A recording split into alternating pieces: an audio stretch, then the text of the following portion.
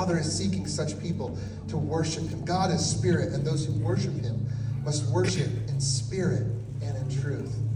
So when you look at your life, anything that you can do to surrender to God and fill your heart with adoration is an act of worship. Now here's the thing about God. Who designed our brains? God.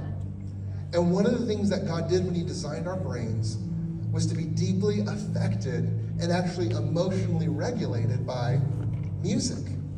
And science has gone to show this over and over again. You know, sometimes we're sad, and then you put on a really sad song and you just lean into that sadness, right? You're really feeling it.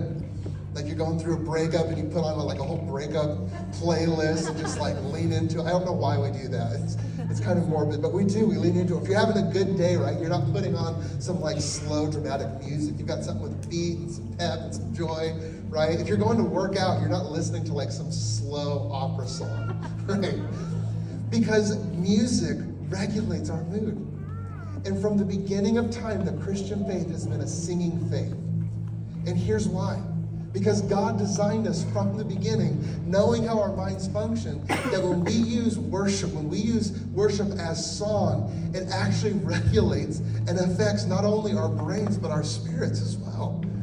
Some of us, one of the most spiritual things you can do is turn off the radio, turn off the junk, clean up your Spotify playlist, and put on some worship. And I'm not talking about this from sort of moralistic framework.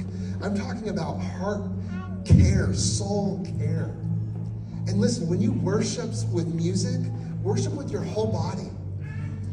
The reason that we raise our hands in worship is because it's an act of what? Surrender and devotion and adoration to God.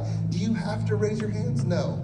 But I found that a lot of people, they get so nervous. If I raise my hands, is somebody else thinking about me? Nobody's thinking about you. We're thinking about Jesus. We're worshiping Jesus because it's all about him. Listen to Psalm 95:1. Come, let us sing to the Lord. Let us shout joyfully to the rock of our salvation. Let us come to him, how? With thanksgiving. Let us sing psalms of praise to him, for the Lord is a great God, a great King above all gods. Colossians 3:16. Let the message